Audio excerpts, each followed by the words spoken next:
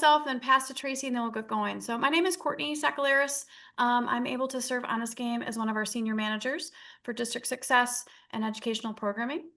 I came from an Illinois school, Oak Park River Forest, where I was able to serve in the district for a little over 17 years and a little over 14 as a full-time assistant athletic director. I had an opportunity to really understand academic eligibility from the IHSA standpoint and learn a lot about NCAA academic eligibility through my time as a collegiate athlete and coaching in the college and high school space. Tracy?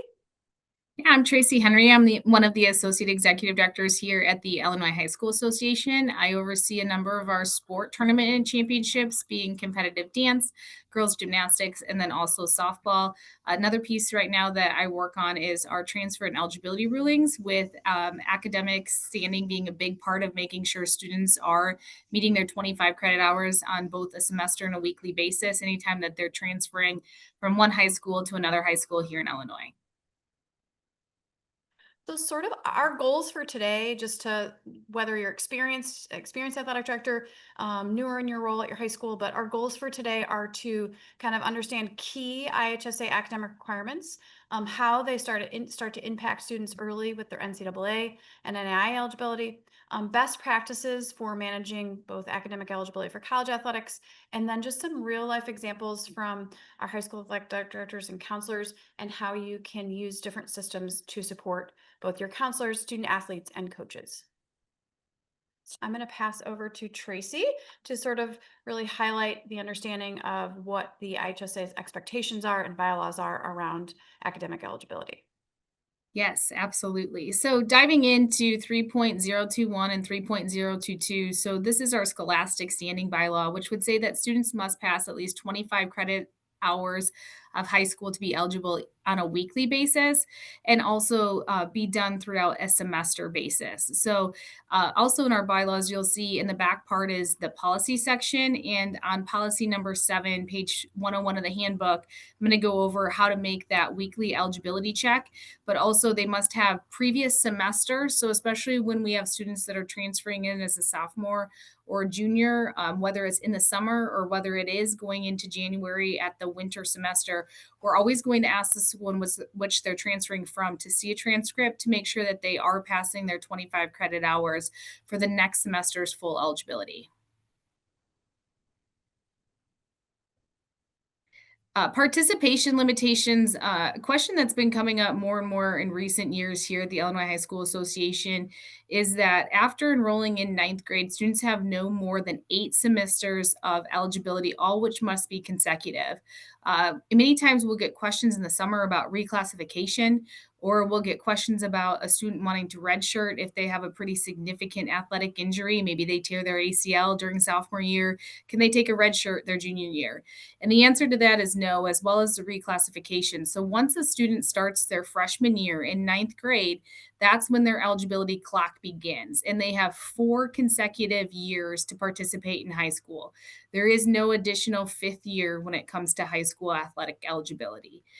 Another piece is that in order to participate in our state series for any team sports, all of our athletic teams must have at least 6 regular season contests in which they participated to be eligible for the team championships. And we have a number of sports in which we allow schools to enter an individual in a state series, but that does not require any previous participation. So if you're a gymnast, you could enter and represent your high school for the first time in the regional level without having to participate in 6 high school meets prior to that. So we have a couple pieces of eligibility too when it comes to actually entering the state series. But I do think the piece that we see in our current culture right now is just making sure that high school students know you have 4 years and they must be consecutive from the first time in which you enroll in high school as a ninth grader. No reclassification and no such thing as a redshirt year. So, talking just a little bit about the process for making the weekly eligibility check. So, how will you run the grades? How do you communicate the ineligibility? And then, who do you communicate that to? So, typically, what a school does is they run their report on a Wednesday. Then the AD gets those updated grades on a Thursday. Then the principal is going to inform the student on Friday.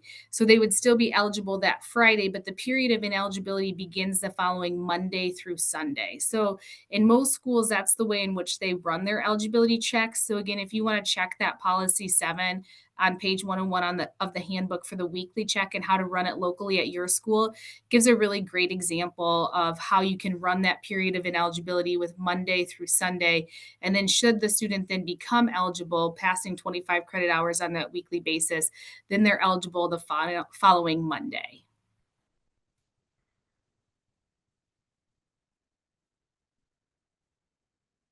All So right. Go ahead, Tracy. no, I was just going to say, if you have any additional questions about either of those slides that I covered, go ahead and drop them in the chat. Happy to follow up with you individually on any other questions you might have. And I would say, like, for new athletic directors, if there is something that, there's a lot of us on here, some best practices, sometimes it's helpful also to speak with another athletic director who may have the same school information system as you, which is where your records and your grades and transcripts are kept. I know that sometimes even on my side, we get a little of those questions of like, what do I do with the transcript? So that can always be helpful as well. Yeah, and one final piece too, we have gone to that TMS system for the transfers from school to school for a student athlete. Although we're requesting a transcript, if you know a student is academically ineligible in the spring and they're transferring out of your school, if you could drop that in the comments, that's extremely helpful. Like this student only passed 3 of 5 classes, or this student only passed 4 of 5 classes and are academically ineligible, or they have their 2.5 credit hours and are fully eligible. That's just really helpful for us and helps expedite the process for that student that's transferring. Thank you, Tracy. Again, any questions related to that, we can obviously address them at the end, and we can also, Tracy will be able to see those questions so that we can answer them specifically if there's something unique to your high school. As we move into high school, from high school eligibility to understanding how that impacts college eligibility for our student athletes, just remembering that sometimes those flags of kids who have consistent weekly ineligibility or are sitting out a semester, unfortunately, sometimes those are our athletes who have the ability to play at the next level. So knowing how that will shape, college issues is always good at early intervention, even with those freshmen and sophomores. So we always share sort of the first piece of academic eligibility and how it impacts college athletes. And we understand, obviously, we are also, just like we partner with the IHSA, we have an opportunity to partner with the NCAA in terms of education and understanding. So knowing that 1 in 3 high schools across our country are somewhat unaccredited, or classes have lapsed, or classes have not been updated in their eligibility center, this creates one of the first sort of roadblocks for athletes as they look for that next level, because that academic ineligibility will not impact anything other than what you see on the screen, but it can impact scholarship, their competition, their admissions. Obviously now it can impact NIL, obviously their ability to be rostered. This is sort of what we share just so we know where we're at as a state. And a lot of this is just understanding a little bit more of what we're required as high school administrators per the NCAA. So that eligibility center, and for some of us here older, it's used to be referred to as the clearinghouse. 41% of our Illinois high schools have not been updated in the last year or remain in unaccredited standing. So if there's anything you get a takeaway from today, is really to go in and just get your SEEB code and make sure that your contacts are correct and look at that last updated date, understanding that something may or may have not changed in your building, but that should be looked at every 6 to 12 months. So this is obviously very common probably for most of us to understand and see, but I always go into sharing this information as if you don't remember it, haven't looked at it in a while, or just need a refresher. So understanding that the NCAA uses a combination of your core classes that are approved on your course list to create your NCAA core GPA. A Division I full qualifier must meet a 2.3 or higher. A Division II athlete must meet a 2.2 or higher. And Division III, there is no academic standards for NCAA schools that fall in the Division III institutions in that space. They just have to be, those student athletes have to be admissible to the institution. What is the NCAA currently defining as a core course? Those courses have to be academic 4-year college prep courses taught at or above grade level in one of the 6 categories you see on the screen. They are also doing an excellent job of evolving with what's evolving in our schools. So know that some of your classes that may be animal science classes, some of those biomedical classes that are being added to a lot of schools, some of your CTE classes, if that's a program that's offered at your institution, may be eligible in one of those subject areas. So understanding and really that is part of the evaluation each year, looking at the curriculum that's being provided by your institution. So some reminders that have changed a little bit over time is that there is no more SAT or ACT requirement for NCAA. There used to be a sliding scale that no longer exists. It hasn't for a few years, but just a refresher on that. Online or hybrid classes can still count depending on what you're using in your building, if that's Admentum or Ingenuity. However, the individual courses have to be listed under the course subject area now. That is a change as of this past August. Registration fees for the NCAA have gone up from $100 to $110 for a certification account. Please remember that freshmen and athletes can sign up for a free account. It can be transitioned to a certification account, right? But also understanding that student athletes in your building that may have any type of a district waiver, whether it's for school fees or food fees or testing waivers for ACT or SAT, excuse me, can be used and they may get a waiver. They will get a waiver for NCAA.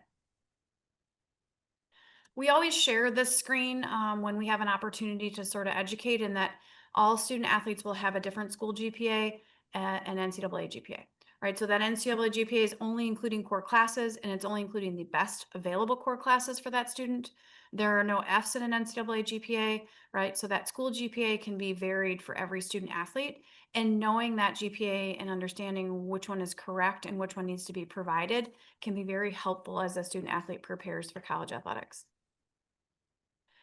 The 10-7 rule is specific to Division I bound student athletes only, and that rule is sort of two parts. They have to have completed 10 core courses before the start of their 7th semester, and 7 of those classes have to be in English, math, or science.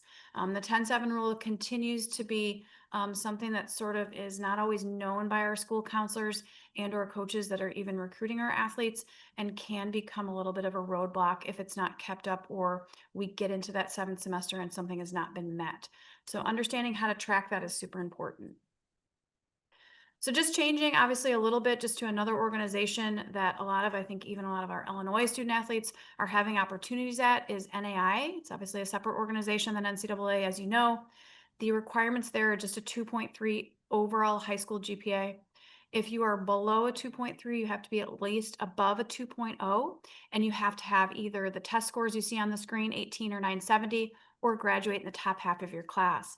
Specific to Illinois, there are a lot of NAI schools in our region, and there are a lot of these schools that also offer girls flag football, which obviously is an IHSA now sponsored sport, has become extremely popular for athletic and academic scholarship opportunities. Junior colleges, again, in the new landscape of sort of what pathways are available, has been somewhat popular for our student athletes in specific sports in Illinois for a few years, if not many, a little over 5. But now it is becoming completely an opportunity that a lot of student athletes, even at having Division I opportunities, are taking. So know that the most important piece for junior college eligibility is obviously it's just a high school diploma to be there and participate. But the most important piece is that 4th check mark, right? Knowing your initial eligibility for NCAA will impact your time at the junior college and, if available, when you can enter the transfer portal. So hard and fast rule is if you are a full qualifier out of high school, you really only have to remain 1 season or 1 semester or 1 year, depending on your sport, at the junior college before entering the transfer portal, obviously to go to a 4-year. If you enter as that junior college as a non-qualifying student athlete for Division I or Division II, you must graduate from the junior college with a diploma before entering the transfer portal and being able and eligible to be picked up by a 4-year university. That's just a high level overview. Again, you'll be able to have this recording. Sometimes this is just helpful for us to share with our families.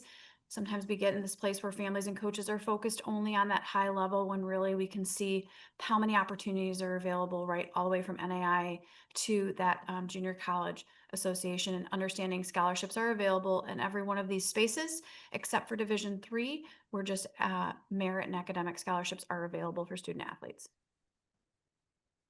Some of the things to watch for, similar for some things that we look for in our high school eligibility, is that early graduation is obviously becoming extremely popular, specific with our student athletes who are pursuing football at the collegiate level. Understanding that they have to still meet 16 and be at that 2.3 upon graduation if it is in December, right? And they also have to meet your institution's graduation requirements, which may include things that are not NCAA core, such as PE or any kind of applied arts or extracurricular classes that you need for graduation from your institution. Tracy mentioned reclassification, just understanding sometimes families still try to have a conversation about what this looks like, but knowing what the IHSA rule is always the best to fall back on clearly. Academic eligibility issues we see missed most on our side from our school customers across the country are the six you see there. And those are just understanding sort of what things can sort of be roadblocks for student athletes if they're missing any of those there that you see. Transfer students. So we've checked off our boxes to make sure that we are compliant with IHSA for our transfer students. And then we also must remember that transfer students have to use classes from the original institution they were taken. So sometimes we're doing our IHSA paperwork, our counselor is changing those classes over, right, to make our graduation requirements at our school. And then we're thinking that we're all set. Student athletes have to go back to the original school where those classes were taken, and they have to enter that seed code, right, for final certification to meet their 16. If we have international students, I know Tracy didn't go over this, and if you want to jump in on anything that's needed for that, but understanding those are country codes per the NCAA, they can be a little bit complicated. So knowing that there is a specific space in the NCAA for international students. It's important to you to bring back potentially to curriculum and counselor folks and leaders in your building that you can use ELL and ESL classes. They can be approved on your NCAA course list. And then I mentioned summer school and virtual courses. And then understanding how student athletes with IEPs and 504s, what that is viewed in as the NCAA. It is considered an EID, and it does give student athletes more time for their 16, so that it is a separate process for submission for student athletes that have an IEP or 504 plan that plan to participate in Division One or Division Two. Okay, so switching gears a little bit from sort of understanding the high school space and what we need to know for our high school athletes towards eligibility, and just understanding our partnership, similar to the with the IHSA, to be able to educate is to understand what is changing in the NCAA and how that impacts student athletes at the high school level. There's a number sort of just summary that we've been able to sort of get from the NCAA that helps us understand what's happening. And the main points I'll focus on here is obviously the House settlement shifted the rules and sort of understanding on eligibility and compliance tracking, right? And that is what creates a little bit of the academic and transfer complexity for our student athletes, and how recruiting is being done at many different spaces, whether it is from the portal, from high school, right, or from school to school. But understanding the takeaway that's always going to be impactful for students, whether they are coming out of high school or currently in college, is their eligibility in terms of where they're at academically will always impact their recruiting and their transfer opportunities. So that new scholarship model, this is one of the biggest and probably most impactful pieces of the House settlement. What has changed? For a lot of us here, we may sort of understand and remember that definition of head count and equivalency sports, right, per the NCAA. Head count sports for males were football and basketball. For females, they were basketball, volleyball, gymnastics, and tennis. If a student athlete from our high school was being offered a scholarship in any of those sports, that scholarship was full in nature, so covered everything in regards to their tuition. They were not paying for anything, they were receiving a full scholarship. Other sports outside of those headcount sports, which were referred to as equivalency sports, those sports had specific, limits and how they split those scholarships up amongst athletes. Now there is no headcount equivalency. All scholarship sports are based on roster caps and roster spots. So here are those limits and numbers. I know that it's kind of a lot to see on the screen. And so as ADs, we're not focused on one sport, but being able to share with our head coaches at the high school level what their new limit is and rostering for their particular sport is important. And what that means is that every school has an opportunity to offer as many scholarships that they want up to the new limit. But rosters cannot be over that limit outside of a waiver period in this academic year. So understanding these are all alphabetical here. As we move to the next, we'll get all the way down there to wrestling. So a school has an opportunity.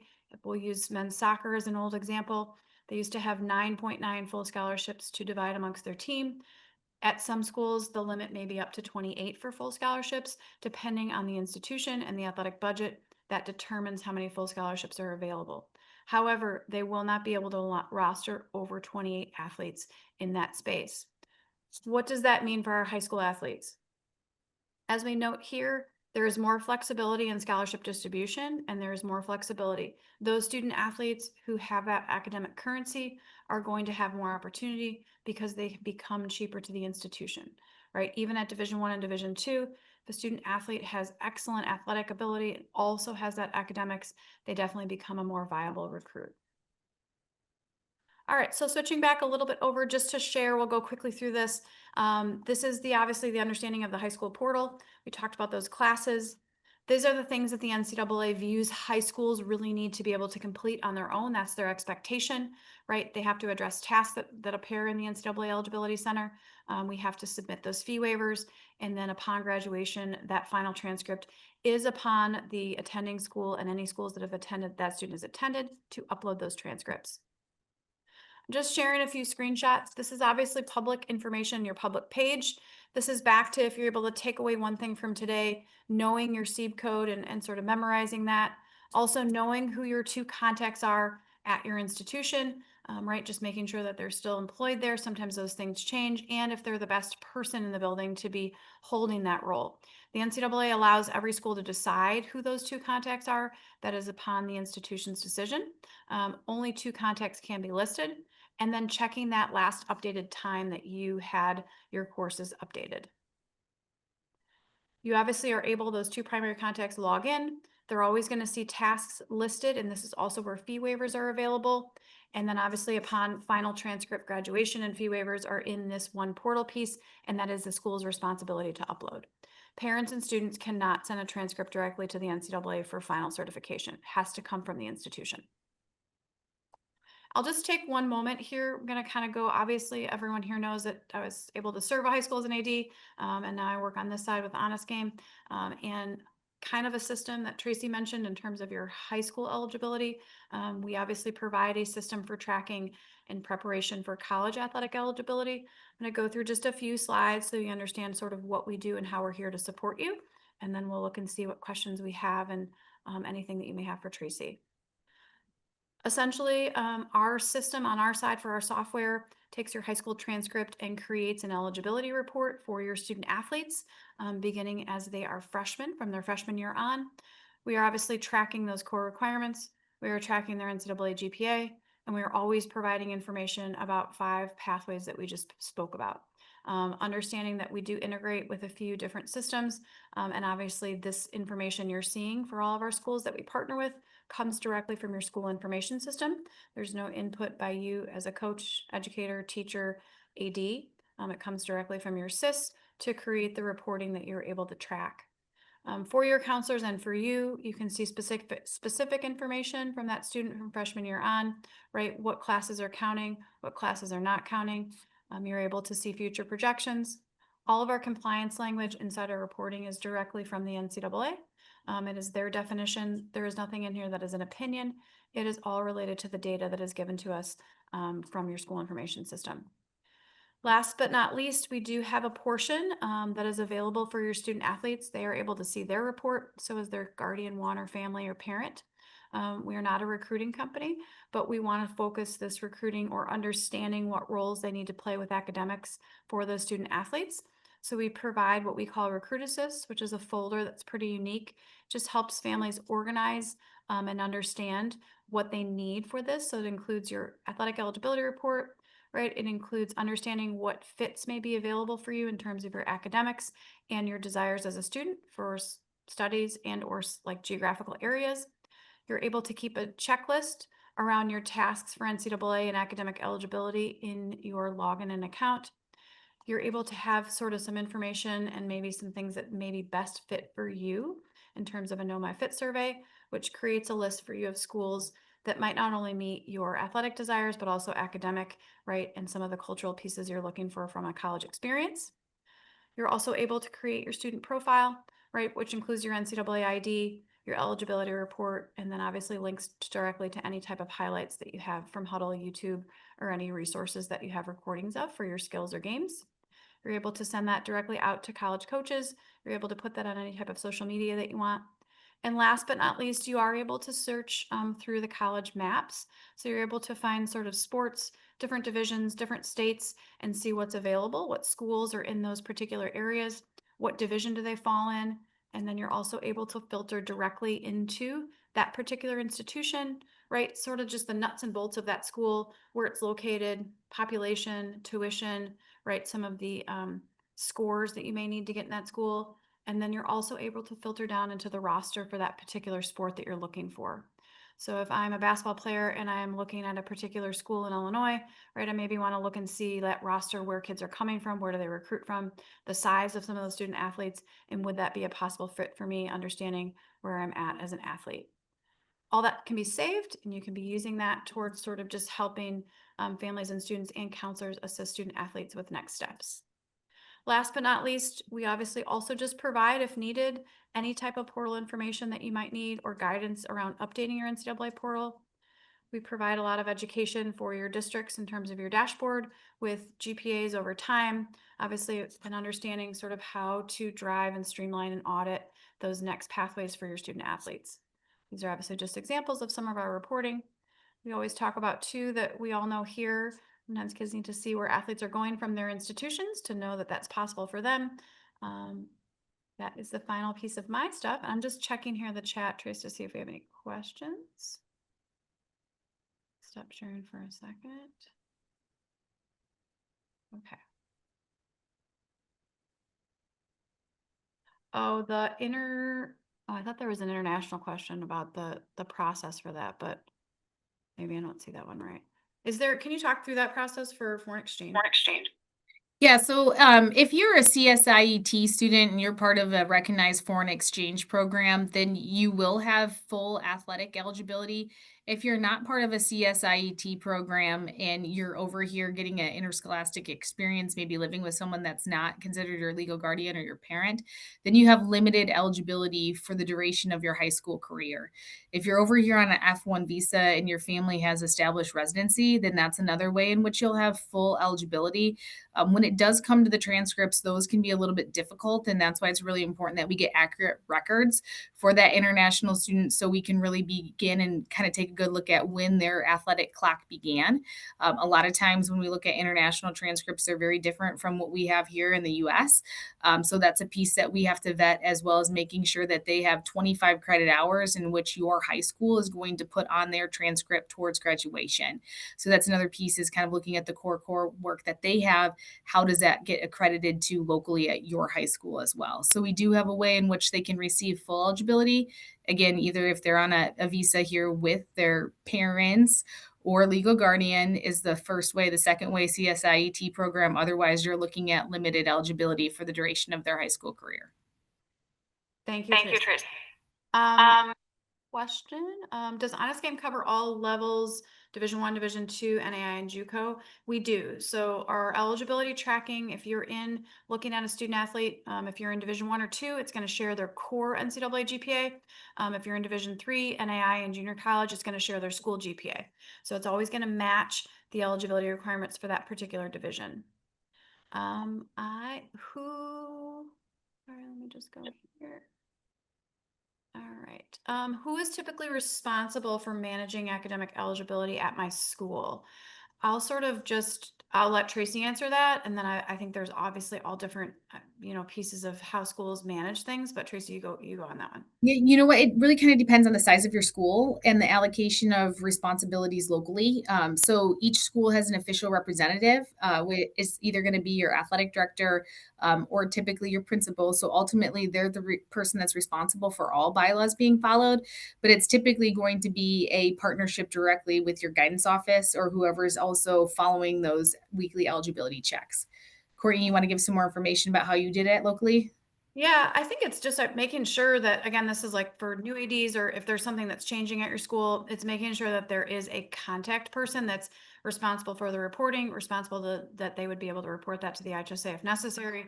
And then what is your method of communication with your athletes who are not meeting weekly eligibility or semester eligibility? I owned that role when I was at Oak Park River Forest, and obviously had a system for communication for weekly ineligibility with our coaches, parents, and athletes, and obviously then also manage semester eligibility. But I definitely think it's something that there's some shared practices, but you have to be able to have access to those records. You have to be able to manage what it looks like every week, and setting up a system with your SIS. All the SIS that we use in Illinois, typically Power School, Skyward, there is a way to build reporting out of there that does simplify it a little bit. And then obviously making sure that you have support of your principal and curriculum leaders of the communication piece after that. That's just my personal experience, but I'm sure that we could probably have a working session on all the ways to do it. So, um, couple more quick questions here. So, what system does Honest Game integrate with? So, we integrate with all SIS. There's a lot. So, obviously, typically in Illinois, that would be Infinite Campus, that would be Skyward, that would be Power School. We also obviously work with Aries. We work with Blackbaud. We work with, and there's a number of different systems. Our system takes that transcript grades, right? So, transcript semester only grades from your SIS and brings them into our software. We do integrate with Skyward. That was a direct question about that, sis. Let's see. Our high school program uses a program called Ingenuity to make up failed courses. It's an online self-paced course, and students receive a pre-grade when they complete the course. Can a course like that count towards NCAA credit? So virtual courses and courses taken through platforms like Ingenuity can be used for NCAA credit. However, the NCAA was going to require some more information on how you're using Ingenuity. So as you're describing here, this is an online self-paced course. Students can only receive a P. A P for the NCAA, right, is considered a D. It would be given 1 unit of work, right, and they would be given that as a D. For schools who use Ingenuity or Edmentum, and it is used in a classroom with a certified teacher with a timeline, and they are issued a numerical grade, they're obviously issued credit just like that was taken in a classroom. So it is always going to come back for the NCAA of how you're using the program in your school. So the pricing for Honest Game, we are a subscription-based program. So it is based on enrollment in your institution. It is actually a very affordable program. So those quotes are going to be different for different schools. It depends on your school, small, mid, or large. Obviously, most of our schools, we recommend you track all students because there's a lot of data that your school can use. Some students or some schools also just use student athletes. So if that's something that you want us to sort of reach out and talk through your school size, you're definitely able to reach me with my contact information, which I believe is given to all the participants here along with Tracy with our email. So anything more about learning about Honest Game for your school, you would contact me. And obviously, any of those important questions for IHSA would go directly to Tracy. So I want to thank everyone for joining us. I want to thank Tracy for taking time out of her very busy day and a very busy time at the IHSA to share. We always want to be able to partner with each other and provide the best information for our student athletes in Illinois.